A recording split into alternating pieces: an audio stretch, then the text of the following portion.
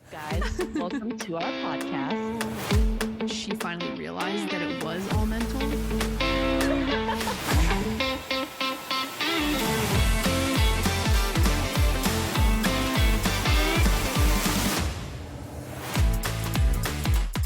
Welcome back to Yips and Giggles. This week, we are getting into how to deal with injuries and setbacks.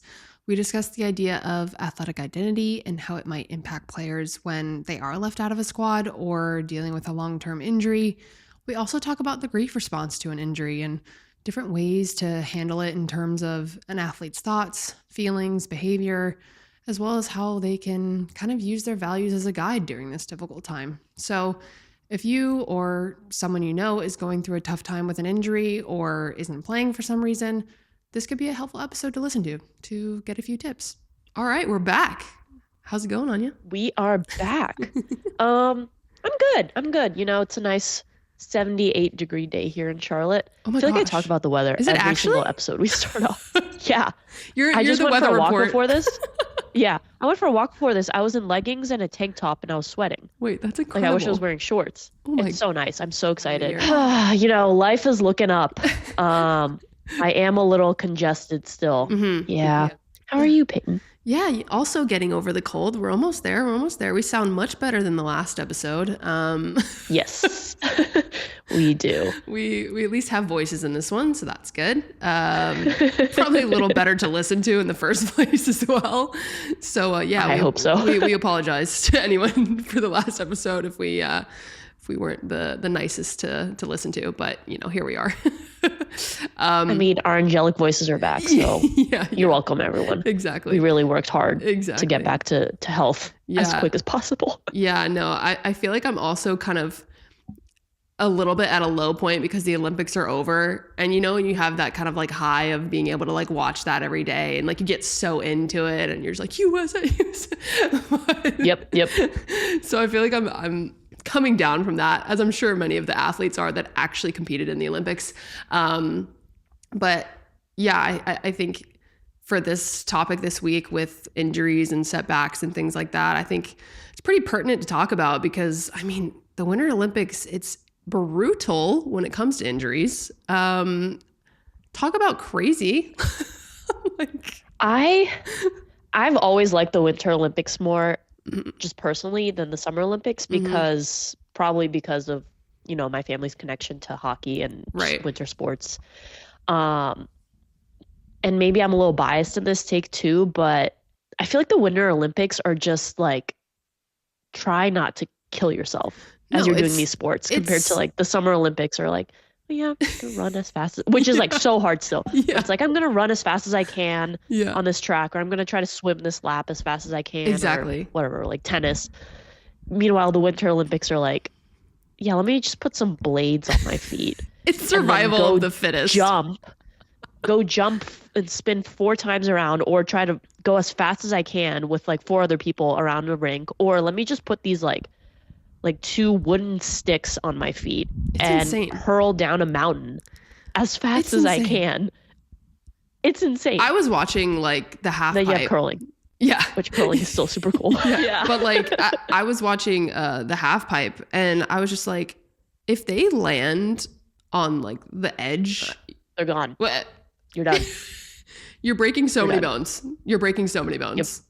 It's crazy. I mean, the bravery you have to actually do the sports that they do is nuts. So I really enjoyed it. But one thing I didn't enjoy watching was obviously Lindsey Vonn crashing, and that was really sad. And for those that don't know, she actually ruptured her ACL before her run, and still, you know, was like, yep, I'm gonna do it. This is what I worked for. Insane. Yeah, like she literally didn't have an ACL. She must have been on so many painkillers. Yeah, I do wonder how painful it was, because she had videos of herself like working out and like doing lifts that I couldn't do right now, and I'm just like, what in the world? But the worst part was her ACL injury actually had nothing to do with her really bad crash. So that was pretty sad, but I think she had to have like multiple surgeries. She's already had like 3 surgeries, I think, since the crash. Cause I mean, her leg was basically in pieces. She had a tibia fracture, a fracture of her fibular head, and a fracture of her tibial plateau. So basically her lower left leg was just in pieces, and she's like posted it. She's posted her like x-rays and everything. And it's just crazy. She also broke her right ankle, just to add another injury. And then, which she's like updating people on social media, which I mean, I think is pretty brave in the first place, like to go through like every single injury that you have, all of like the trauma of it and everything. And she was talking about how she actually got compartment syndrome, which is actually really scary. So it's basically where you have kind of excessive bleeding. And so it causes a lot of pressure to kind of build up within that closed space. So, in this case, it's her leg. And because that pressure is kind of impacting the blood flow and restricting everything in that region, it's cutting off that blood supply to her tissues. So it gets serious. Like it's essentially like whatever's getting cut off in that region, whether that's like, the tissues, the muscles, it's dying. Like it can't get blood flow. So that's a really scary thing. Can't that like lead you to like amputation or something? Oh yeah, 100%. Like if you don't act on it quickly, oh God, it can very much lead to amputation, which she actually did talk about as well. And she was like, I'm so lucky to have the doctor that I have. And so he actually ended up doing a fasciotomy, which is basically when they kind of like release that pressure by cutting like both sides of her leg open, like fully, like it's a large wound. Oh yeah, it's pretty gnarly. Like she posted some photos of it as well.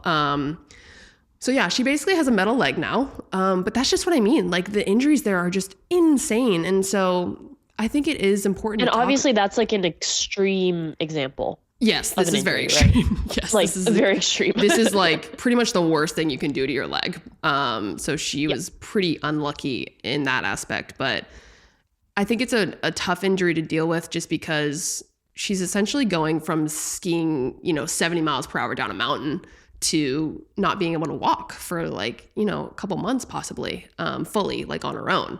And so I think that would be a lot to deal with. And, she talked about how it was worth, doing the work. It was worth it. And she's not like regretting what she did, which is good to see. But, you always like, you see that on social media, but you also hope behind closed doors that she's getting the mental and physical help that she needs, because that's pretty crazy for such an elite athlete to go through that.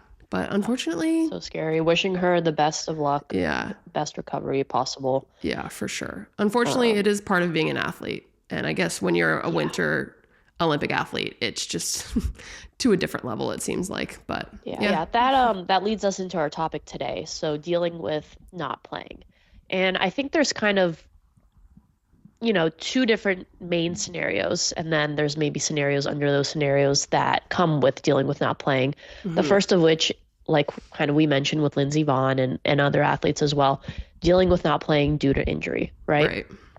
Getting injured is something that can easily happen to an athlete. You're rigorously training, you have this insane like competition schedule. Mm-hmm. You are pushing your body to the limit all the time, whether you're collegiate, professional, even just like, playing for fun. Like if you love the game, you're out there a lot, you're putting stress on your body, and certain things can happen where your body like lets up, or even, I don't know, something outside happens and you injure yourself. It can be very, very difficult mentally when you are injured to do to stay positive, first of all, right? Right. And also to do all of the work that needs to be done in order to get back to the point where you are fully ready to play. Right. Because, you, especially if it's a long-term injury, it can be hard to sit out for weeks, months, etc. Mm-hmm. Mm-hmm. All you want to do is get back out there. If you're on a team, help your team win. If you're not, just play for yourself, right? You feel like you're kind of getting behind, first of all, and your competitors or people, other teams are getting ahead of you and you're losing that edge. Also, depending on the injury, it can seem like it's just such a long way away to get to where you are or where you want to be. And there's like no end in sight, right? Like you have to focus on the like little steps every single day. I was listening to Holger Rune on the Served podcast with Andy Roddick. I think it came out in like December, and he had a really, really bad Achilles injury. Yeah, I remember seeing in the fall. I remember seeing that. That was bad. Yeah, and he was talking on the podcast about how, you know, it's been really, really tough mentally that he's seeing all of these other guys out there competing. Yeah. He can't compete. He feels like he should be there, and he knows he has a really long journey ahead of him because it was a very serious injury, and he's going to be out for months. And you know, some days it just seems like he's not getting better and there's no light at the end of the tunnel. And something that really, really helped him was setting like these smaller goals in between. Right. These weekly goals, these daily goals of just what he wants to see happen, and just keeping your head down instead of just focusing on like, man, why can I still not push off my right leg? Right. Or whatever leg it was, right? And so I think that's just something that, you know, almost like as important as mental performance is during competition and during practice and when you're playing, it almost can be more important when you're not playing, right? Yes, when 100%. You're trying to get ready to play. Yeah, for sure. I think a lot of people don't realize that until they're actually in that situation. So I wish there were ways, you know, talking to a sports psychologist all the time instead of just doing it right when you get injured. You know what I mean? Like having those tools already. So if those kind of non-normative transitions happen, then you're able to use some skills that you already have. But no, I agree. Like focusing on those little goals that you can kind of tick off every day is so important to stay motivated to actually get back to your sport. And I think it's important with those goals that you have, you know, something that's a goal that is very specific. So not making it like super, super like vague in the sense of like, oh, I just want to get better. You know what I mean? Like that's not really something that you can really shoot for in a sense. And I think it's important to have goals that are in some way can be measurable in a sense, or, you know, can be attainable. That I think that's the most important part, especially when you're injured, because there are obviously certain goals that you cannot attain when you're injured. You know, you can't focus on certain strokes most of the time. You know, you might not be able to focus on certain aspects of conditioning or things like that. So you really need to make them attainable. And I think that that's important to kind of reiterate for players that who are injured. Yeah. And I think another risk you run when you're injured, and this can come both from internal sources, like from yourself, or from external sources as well, is the risk of returning too early. Right. Yeah. Right. Before you're ready. Right. You, like we mentioned, you really, really want to get back out there. You want to help your team, or you just want to, you know, compete again and feel like you're not losing that edge over your competitors. And also, sometimes your coaches really want you to get back out there too, especially if you're an integral part of the team, right? Right. Yeah. And, you know, maybe the team's not doing as well as they were, you know, with you. And they just really want you to get back out there and contribute to the team. And sometimes that pressure can lead you to compete too early, but that runs the risk of you getting injured again and injured worse because you're not fully healed. Your body isn't ready to go. Right. And, you know, I think it's going to be worse for you long term. So it's kind of something that you need to be really honest with yourself and your team about, right? That, you know, yes, I want to be out there. I want to help us win. I want to, you know, support my team. Because sometimes you also, like, if you're out and your team is losing, I don't know, sometimes you feel like it's your fault, even though it's not. Even though you have literally no control at that moment, technically. Yeah. Yeah. Yeah. So you need to be honest and be like, listen, I want to help everyone. I want to compete myself, but I'm not ready. I'm not ready, and I'm not willing to take the risk to potentially hurt myself worse and be out for even longer. Right. And I'll get into this a little bit later, but I think it's also important to recognize that you still can be involved in the team. It's just a different way, right? And another point I want to make about this is a lot of it has to do with kind of relating to athletic identity, which basically is the degree to which a person kind of identifies with that athlete role. So kind of in simple terms, if you have a strong athletic identity, you're a lot more likely to overtrain or go back too early and kind of at the expense of your body in these situations because you are just so focused on getting back to what you want to be doing, the game you love. And I think that's when it can get a little bit problematic. Like athletic identity can be great for motivation, and it can kind of steer you in the right direction and, you know, point you towards the right direction in your sport when you're not injured. But sometimes I think it gets you in trouble a little bit. And there is the worry that if you are out of your sport for a really long time, you know, that player might start experiencing some lower moods or emotional problems. And that's when you get in trouble. And it's just because, I mean, you get so attached to that role, and people have so much trouble with not being on the pitch, not being on the court. And you'll see it in like retirement as well, because obviously that's kind of like the biggest transition away from your athletic identity. And so I think at the same time, having other identities can help. And I think that's what people kind of need to recognize even before they are injured. Like find those other identities out there before, you know, it all comes crashing down basically. Yeah, 100%. I mean, it kind of goes back to what we were saying a few episodes ago, one of our earlier episodes of like, we just tie so much of our self-worth. Right. And like you were saying, our identity to athletics, that when it's good, it's great. But when it's bad, it's really bad. I was reading this NCAA study where they said that, you know, injuries, when people get injured, it is way more likely to cause depression and mental health issues than not, right? 100%. And obviously there's a correlation with not being able to play, not being able to perform, and not having any other identity outside of your sport, which is hard for people to deal with because we spent most of us have spent our entire lives focusing on this one thing and being told that we need to focus on this one thing. Right. So I don't know. It's just, you almost like need someone to tell you like, hey, let's look at the whole world right now. Let's look at the big picture. Like this is not the only thing that you are. There are so many facets to you as a person, not just an athlete, which again, I don't want to say that having a strong athletic identity is bad, because it is necessary in certain situations and to be a good competitor. But on the other hand, it can put you in a difficult spot when you are injured. And I mean, I'm trying to think back. You were injured our freshman year, right?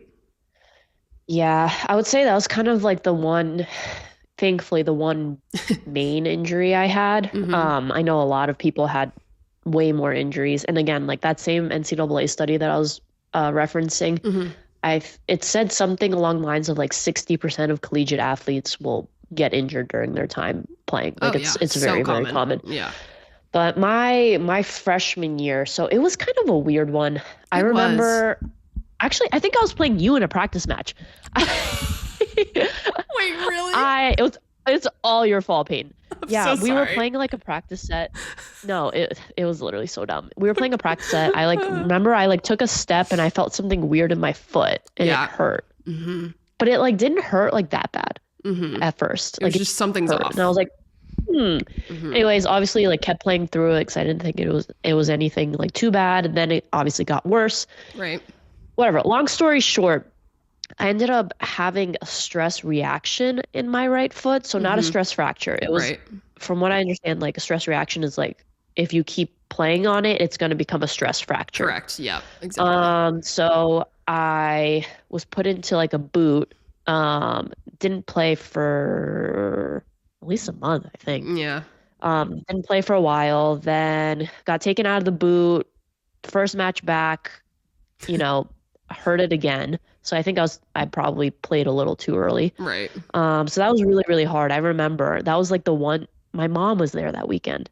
Oh yeah, I do remember that. And yeah, my mom was there that weekend. That was the first time she'd see me play a college match, and I had to retire after the first set and I was bawling my eyes out. I do remember that. And that was, we had recruits visiting that weekend too. I'm bawling my eyes out. They're probably what is going on? I'm never coming here.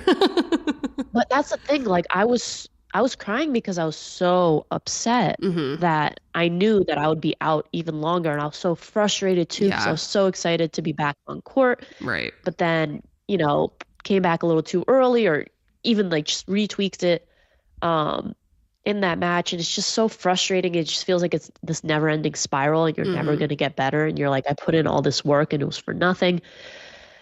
And that was in April. And then we had, I think, NCAAs coming up in like 3 weeks, maybe at that point.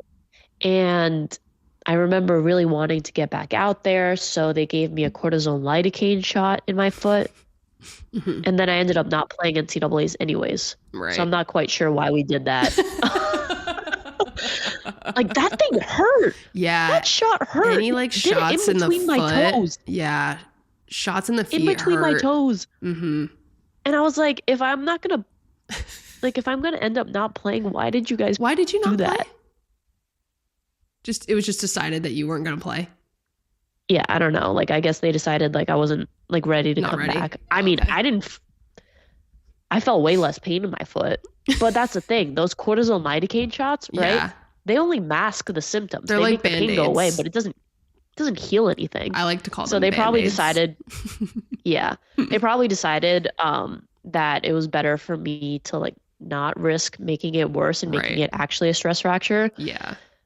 Which is a good decision. Then you had like the whole summer to kind of like let it heal itself. Yes, exactly. Yeah. But yeah, that was kind of my big injury, and it was really, really frustrating. It wasn't even like that big compared to other people's injuries. Yeah, but especially I was just in and out of a boot. Especially being your freshman year. Like it's just kind of disappointing to have to go through that in your first season. Oh yeah. For sure. Like a lot of people kind of equate it to like a grief response. Do you feel like that was kind of what you were feeling? Kind of that like disbelief and almost like denial sort of phase that you went through? Yeah, for sure. At first I was like, because that's the thing, when it started hurting in that practice match, I was like, there's nothing wrong. There's nothing wrong. There's nothing wrong. Then you find out there's something wrong. It's not as bad as it could have been, but it's not great. And you're like, you kind of panic and you're like, oh my God, like, what does this mean? How long am I going to be out for? What does this mean for my spot in the lineup? Like, even if I'm out, because you always think about it like, okay, I'm out, but what's then someone's taking my spot. And as bad as it sounds, you're thinking like, okay, what if they do really, really well? And when I'm ready to come back, they don't put me in. Yeah. You know, like it's selfish to think about it that way, but you want your team to win, but it's like, oh shoot, I really want to be contributing to that win. You know what I mean? Yeah. Yeah, exactly. And then you end up, coming back, it doesn't work out. And it's just like, it just feels horrible. Like you're so sad. You're afraid that it's just going to keep happening. That you're never going to like get better. You're so frustrated. And then after a certain point, it comes that acceptance, right? You're just like, okay, this is the situation. I just need to do everything I can to make sure it gets better and move on from it. Like nothing's going to happen with me whining and crying and feeling bad about myself. I just need to actually get better. Yeah. I mean, I feel like when it first starts, your brain automatically thinks, okay, what's the worst case scenario that could happen? Yeah. And you kind of go down that road because it is just so like deflating at that moment and everything. And I think it is really important to get to that acceptance stage as fast as you can. And I mean, there's lots of ways to kind of handle injuries. And I think at the early phases, when it's just started, it's important to really have that emotional support. Because, when you think about it, who can you surround yourself with at that time who is going to help you through it? That's huge, whether that's family, teammates, coaches, classmates, things like that. Because at that point, especially if it is a pretty serious injury, you can't really do much physically. Like when it comes to like exercises and actual like rehabbing, you can't really do much at that point. So it's like, okay, you kind of just need some empathy. Like I always hated when people were like, oh, you'll get better, you'll bounce back, like you just in a few months from now you'll be good. I'm like, if it's like a day after I've gotten injured, I'm just like, please don't talk to me. Like, don't say that. Yeah. Don't say that. Like, can you just be like, just empathize, let them go through that first kind of like, you know, oh my gosh, this is actually like happening kind of phase. I think it's important process it. Yeah. It's important to let people process it first before you start kind of that encouragement talk. You know what I mean? Like, just let them have a couple days. Yeah. And also people react to things differently. And like, you know, there's certain situations where I just want to feel sad. Like, I just want to be down in the dumps. I need to get it out of my system. And I don't need anyone to tell me to keep my head up or stay positive or you'll be fine or stop being so negative. Like, let me be negative. Let me get it out of my system. It's part of the way I process things personally. And yeah, I just like don't like, but also it's like people are just trying to be helpful and exactly. They don't know that you don't want that. So yeah, I think especially if it's a long-term injury, it's okay to give those people a second and like let them be alone and give them a second. But I think once you kind of get past that first kind of initial stage, I do think it is very important to speak with a professional at that point. You know, go to a sports psychologist, go to a mental performance coach, you know, learn kind of those advanced skills that can actually help you with this. And something really simple that, you know, you might not even actually have to go to somebody for this first, but something really simple that I think is very helpful for players that are dealing with a new injury or a long injury or anything is to actually kind of start a journal of, you know, what's going on with your rehab, what's going on with your training. And I think from that point, once you actually start writing it down and seeing what you're thinking and feeling every day, you're just bringing so much more awareness to your thoughts and feelings kind of around the injury. A big part of it is, you know, not denying those feelings, because in the first place, trying to avoid feelings or deny that they're there or change them is really energy demanding. Like, it takes a lot to kind of like change your whole thought around how you feel about this injury. So I think it really helps to just learn how to be open to those feelings of, it's almost like a feeling of loss. So it's kind of just being open to that, you know? And also one thing I wanted to mention about the journaling of like also how your rehab is going, like that can help with seeing the progress that you're making. Oh, for like every single day, if you write down how you're feeling, like you might not feel like you're getting better, but if you look back over the past, I don't know, 3 weeks of notes that you have 100%. For the first day, you're like, oh wait, actually, I have made small incremental improvements that are hard to see day to day because I'm living it. But going back and reading through all these notes actually helps you get a bit bigger sense of hope, and just seeing that things are progressing slowly 100%. But surely. Yeah, truly, that is because, you know, you might find yourself just kind of in that rumination phase where you're like, oh, well, you know, just those thoughts over and over again, like, oh, it's not getting any better from here, blah, blah, blah. And I think it's important to look at your thoughts in terms of workability. And when I say workability, it can be something as simple as asking yourself, like, hey, are these thoughts actually helping me work towards the life that I want to live? And I feel like when you're injured, that's a really simple question to ask yourself, but it's also very powerful.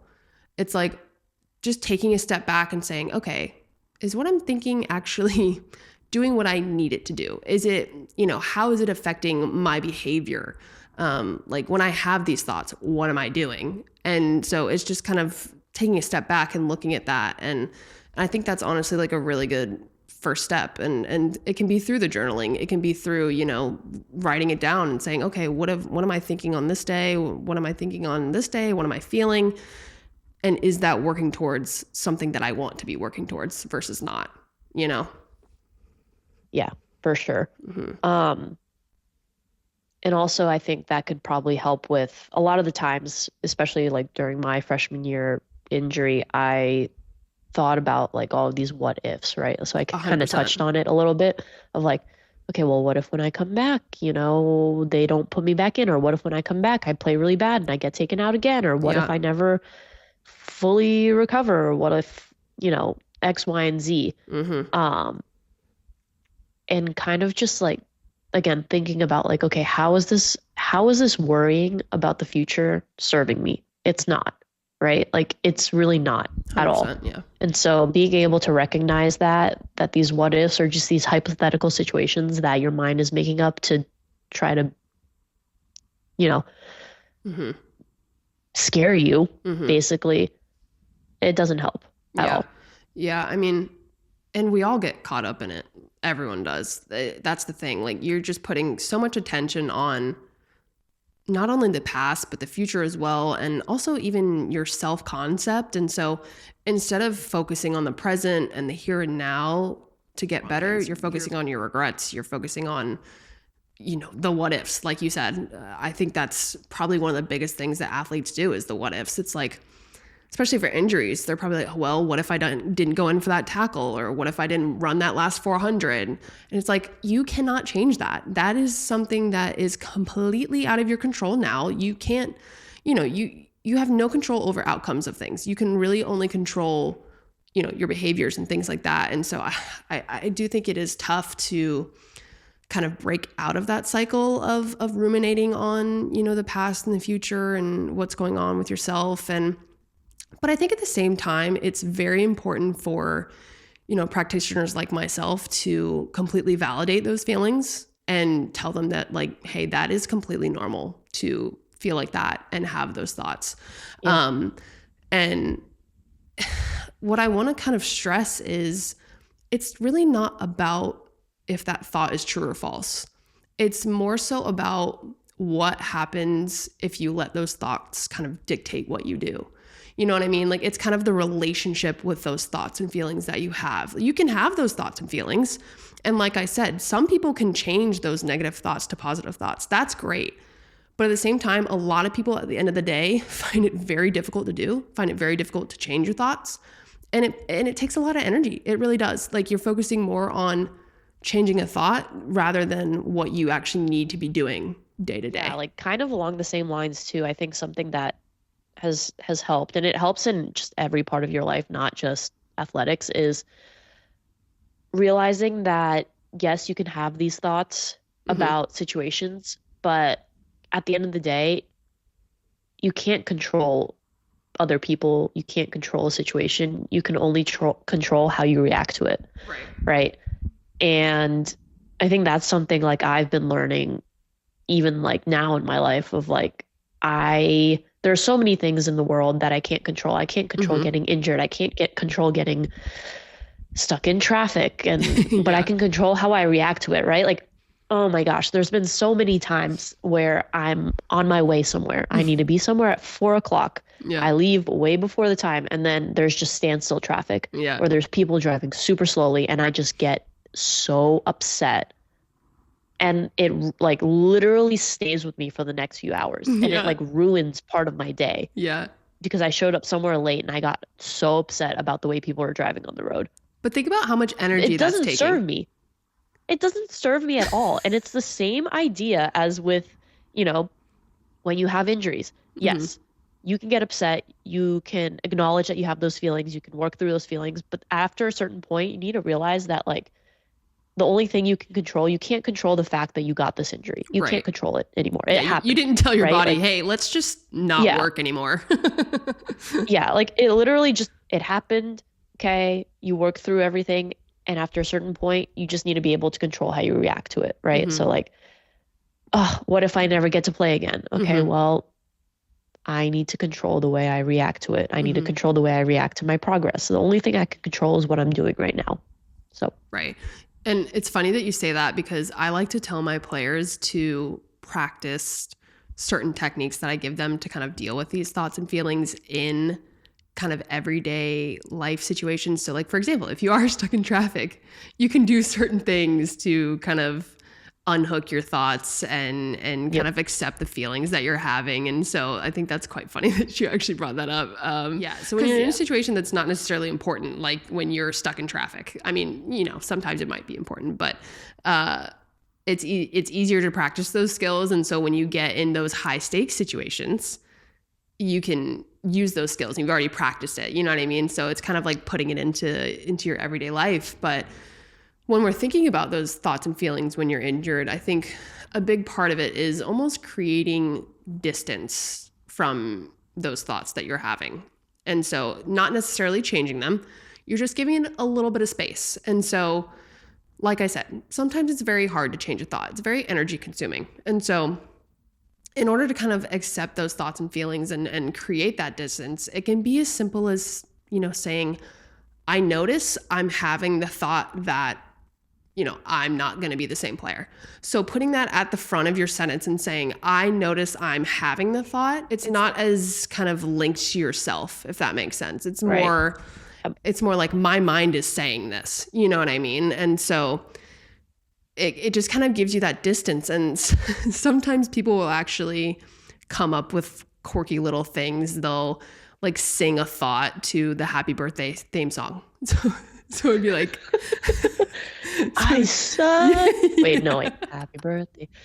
I suck as a tennis player. Yeah. I suck as a But you're looking at it and you're like, this is just words. This is just something that I have constructed. You know what I mean? Or sometimes people will give a thought a name.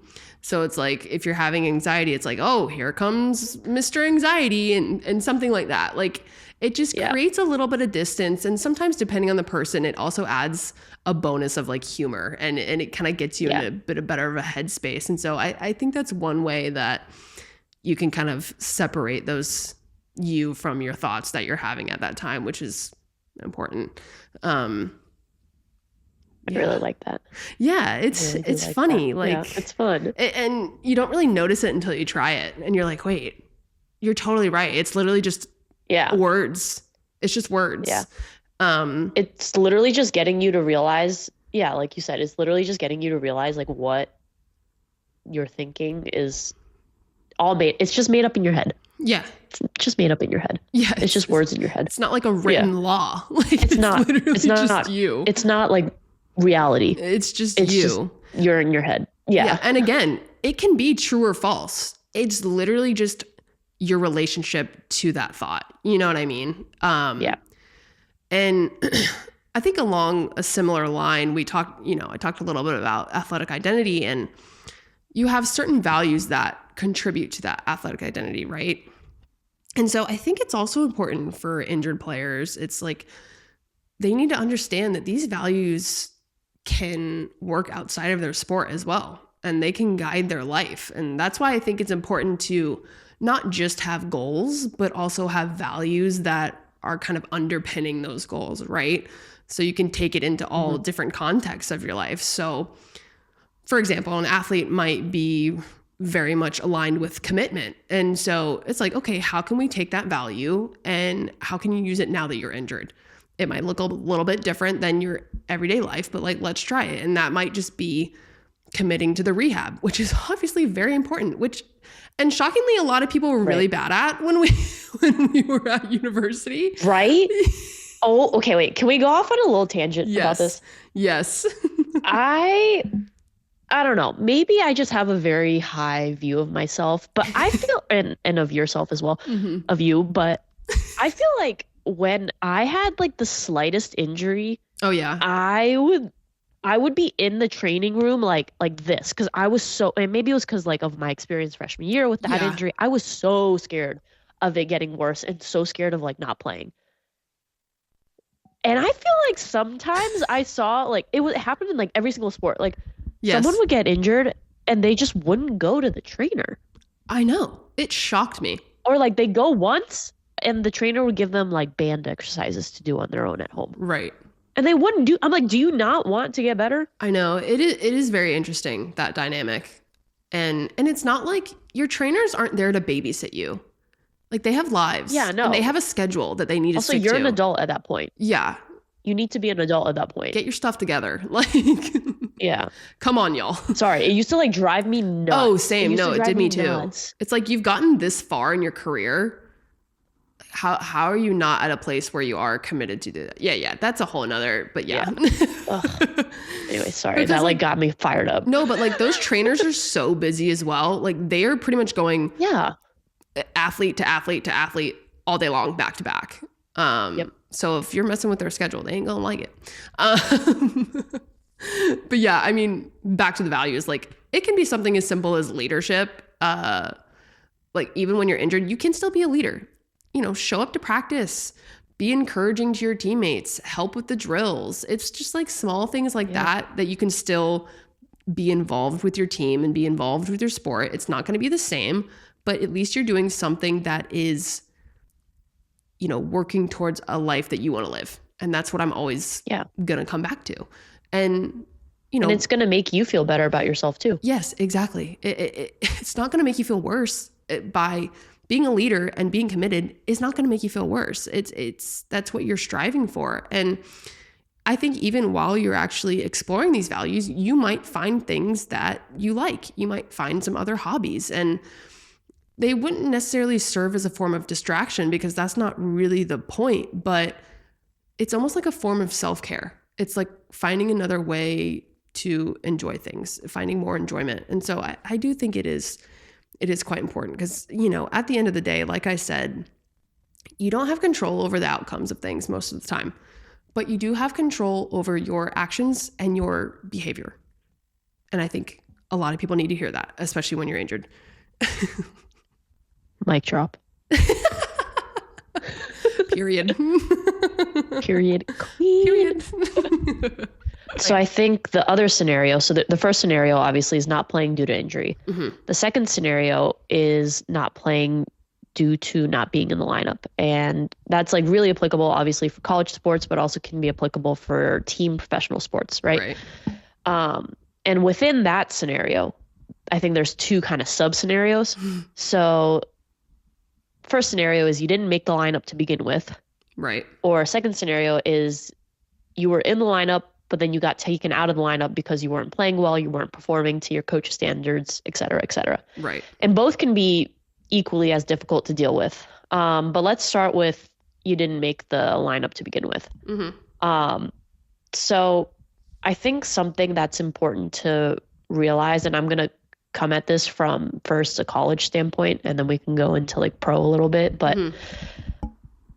so there's a lot of people that play sports within high school. Only about 6% of high school athletes go on to compete in college. Yeah. So that's a very low number.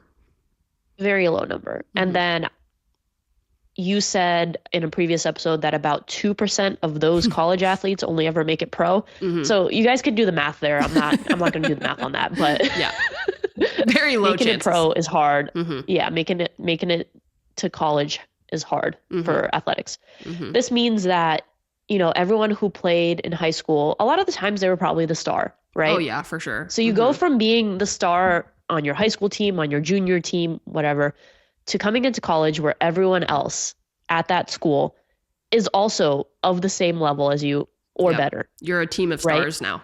That is it. Yeah. Mm-hmm. Yeah. And that can be hard to deal with. Yeah. You can go from being someone who was the star to maybe being on the lower tier of your team and not making the lineup. Right. And how do you handle that? Right. Mm-hmm. Like, how do you deal with that? Mm-hmm. And you know, it could, again, it's the same thing as the injury conversation, right? It can make you feel like your self-worth is low because again, we tie so much of our identity, whatever. We're not going to rehash all of the things that we just said, but I think it's important to keep a positive mindset that just because you're not in the lineup, that you didn't make the lineup doesn't mean that you're never going to make the lineup. Right.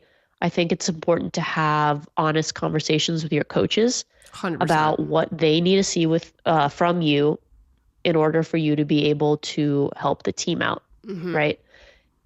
And also it's important to know that, you know, sitting on the bench, right? That's what they call it, like bench warmer, sitting on the bench.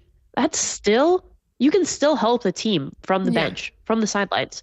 Like you can help them by being super positive, right? Like lots of cheering. Cheering is really important in college. You can help them by, you know, pointing out things that might not be seen while you're on court, on field, right? But it's easier to see from the sidelines. Like people who don't play are still such an integral part of the team. My God, 100%. They can be leaders. They can be captains. Yep. You know, it's not the end of the world.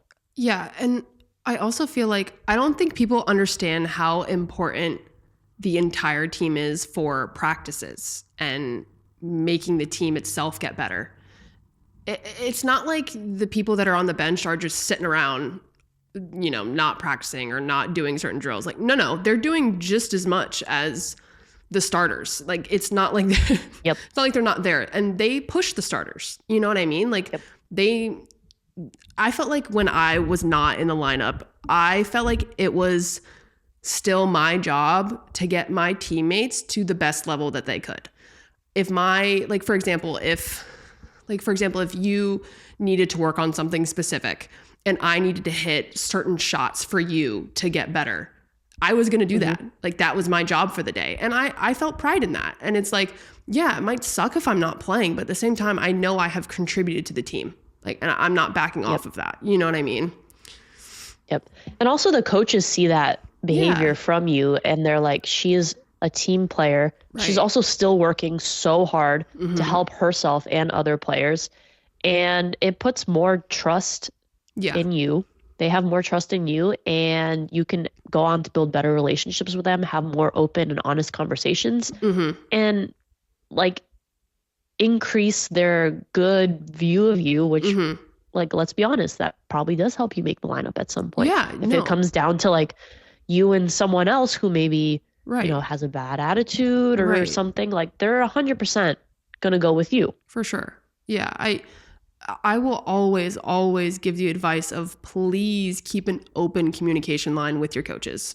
Please. Like, don't just like wonder what they're thinking. Don't just sit back and be like, oh, like, did I do enough there? Like, what else do I need to do? Like, please just straight up go ask them. Like, it's their job. Yep. They probably want to talk to you. You know what I mean? And yeah, you know, we've talked about this before. It's like doing what's best for your team. Sometimes it would be really disheartening to be playing some of your best tennis, in my case, and there might not be a reason to switch up a lineup because the team's doing so well already.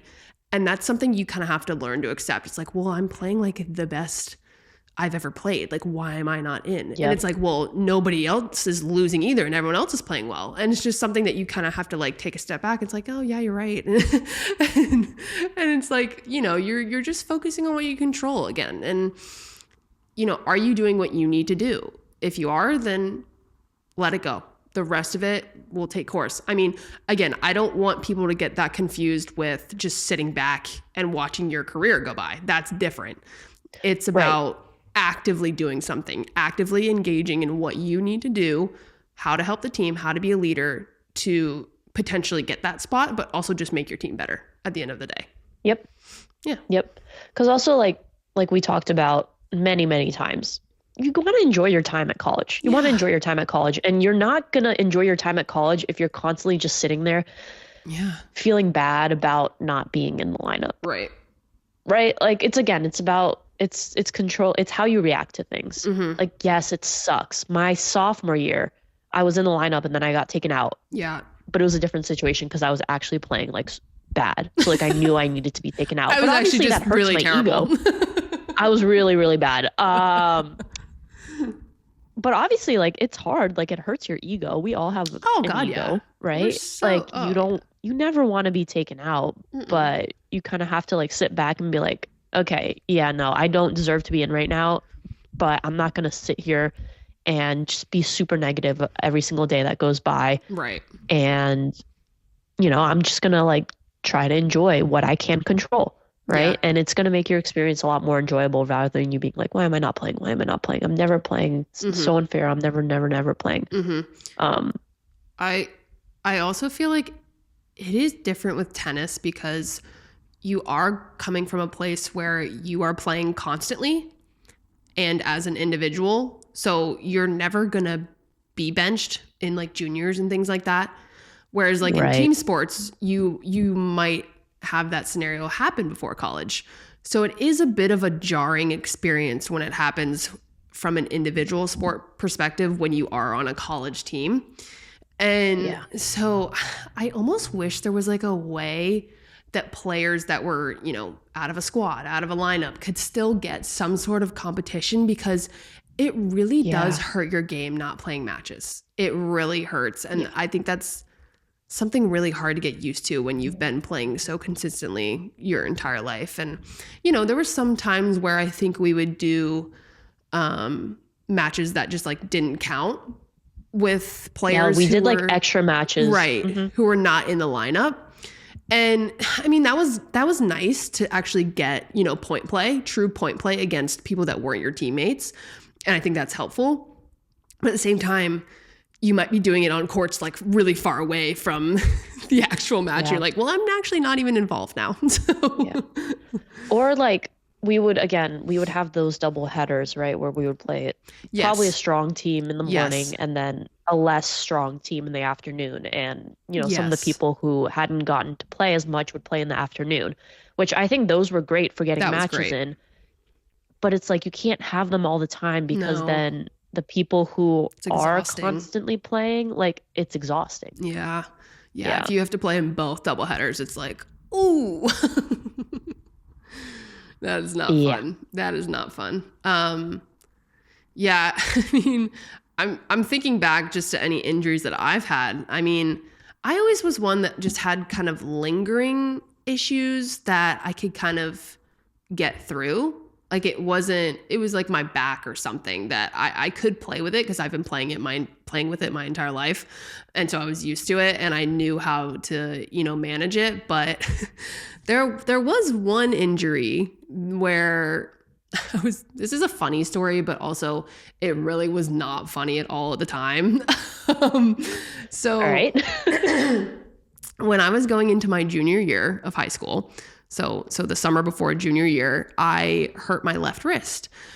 And so for those who don't know, like going into your junior year is basically when all of the recruitment starts, right? And so that was back in our day, that's the way it was. That was how it was. That was pretty much the worst timing to get injured. I couldn't hit a backhand, which was my best stroke. So that was just like pretty debilitating. And I remember I would, you know, because sometimes university coaches would come and watch you play, like at your academy or wherever you trained. And I remember coaches would come and watch me and I would be hitting slice backhands. And I'm like, I don't know how my coach is selling me to you right now, but I'm hitting slice backhands like this, the whole practice, like this just looks ridiculous. But I mean, the craziest part was I had gotten actually multiple different opinions from doctors on this injury. And a lot of people have different diagnoses. They try different things. And at one point I actually ended up going to the surgeon and he happened to be like a pretty, you know, high standard. He had worked on some pretty important people in the world. And so I was like, oh yeah, this guy knows what he's doing. And he looked at my imaging and he was like, yeah, you need surgery. And, you know, once we do that, we can just discuss your career from there. I was like, discuss my career. I was like, I mean, my parents probably went as pale as a ghost. They were probably just like, excuse me? Because that wasn't even like in the cards from other people. And we were like, yeah, discuss my career. What are you talking about? Because I mean that I had pretty much almost made it to college. Like that's what my goal was just to get a scholarship to college. And so my parents were probably like, oh my God, like we've put so much into this and this is just gonna destroy it. But then I ended up getting another opinion. This is probably like my third or fourth opinion. And I did a PRP injection, which is extremely popular now. My wrist was perfectly fine like a few weeks later. Oh. Mm-hmm. Oh. Mm-hmm. Well, that's good. So I'm not sure what that person was seeing. Can we go back to the surgeon though? Like what was going on there? I'm not quite sure what he was seeing on that imaging, but trying to make some money or something. Yeah. Hey, surgeons want to cut, baby. But I feel like as if they need any more. Jeez. Yeah. I was just like, I mean, I guess the moral of the story there is the lesson of that story is get a second opinion. Get multiple second opinions. Yes. But yeah, that was a crazy time. I was like, oh, so you mean like the past, I don't know, like 8 years meant nothing? We can discuss what's left of your flimsy career. It's going to be like left in shambles. Yeah, I was genuinely tattered. In shock. I remember my mom was like trying to like calm me down. I'm like, what? It's just like, I don't know how to respond to this. Oh God. Yeah. Especially as like a 16-year-old. Yeah, literally. Like getting told you have to get surgery. Mm-hmm. And it might be career ending, which people do have to deal with that. That is 100% a reality for people.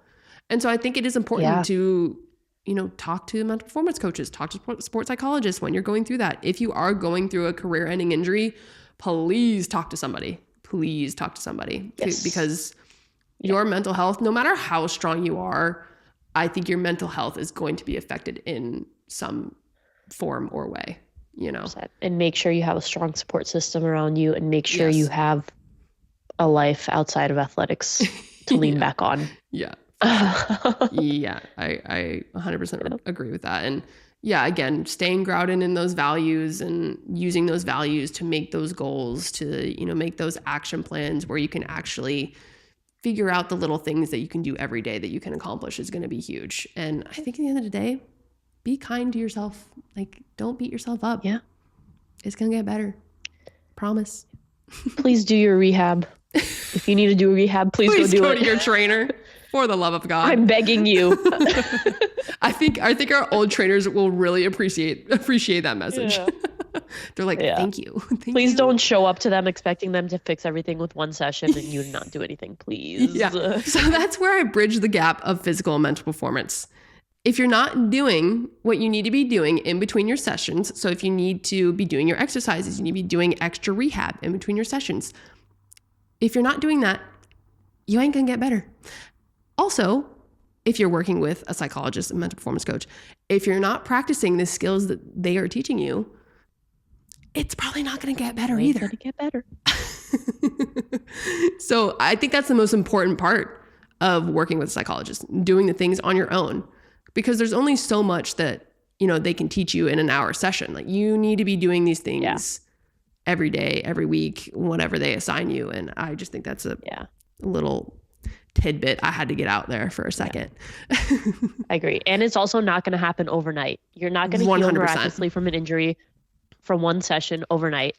100%. You're not going to just completely change your mindset and your mental performance from one session overnight. Yeah. It takes practice. It takes time. Yeah.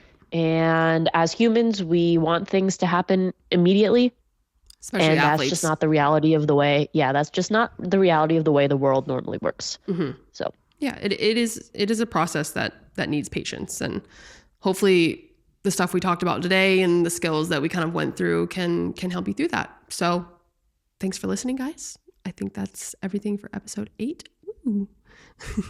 And we'll see you next week. I'm gonna go enjoy my 78-degree day now. Love it. I'm jealous. Bye, guys.